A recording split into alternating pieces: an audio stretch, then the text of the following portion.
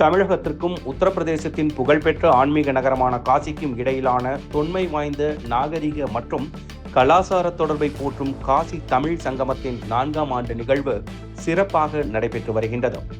இதனை ஒட்டி சென்னை, கோவை, கன்னியாகுமரி ஆகிய பகுதிகளில் இருந்து காசிக்கு ரயில்கள் இயக்கப்பட்டு வருகின்றது.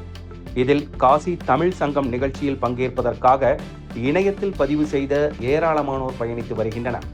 இந்த வகையில் கோயம்புத்தூர் ரயில் நிலையத்திலிருந்து காசிக்கு 2வது ரயில் இன்று மாலை 6 மணி அளவில் புறப்பட்டது. இதில் கோவை, திருப்பூர், ஈரோடு, விருதுநகர், ராமநாதபுரம் உள்ளிட்ட பல்வேறு மாவட்டங்களைச் சேர்ந்த 83 பேர் காசிக்கு பயணத்தை துவங்கியுள்ளனர்.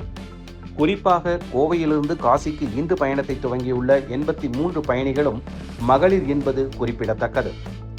ஆன்மீகவாதிகள், எழுத்தாளர்கள், கல்வியாளர்கள், தொழில் முனைவோர் என பல தரப்பைச் சேர்ந்த மகளிர் இதில் பயணம் செய்கின்றனர்.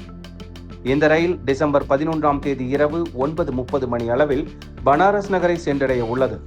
காசி தமிழ்ச் சங்கம் நிகழ்ச்சியில் பங்கேற்க புறப்பட்டுள்ள பயணிகள் இந்த நிகழ்ச்சிக்காக பிரதமருக்கும் மத்திய அரசுக்கும் நன்றிகளை தெரிவித்துக் கொண்டதோடு பாரம்பரியம் மிக்க கலாசார மற்றும் ஆன்மீக தொடர்பை வலுப்படுத்தும் நிகழ்ச்சியாக காசி தமிழ் சங்கமம் நிகழ்ச்சி திகழ்ந்து வருவதாக குறிப்பிட்டுள்ளனர்.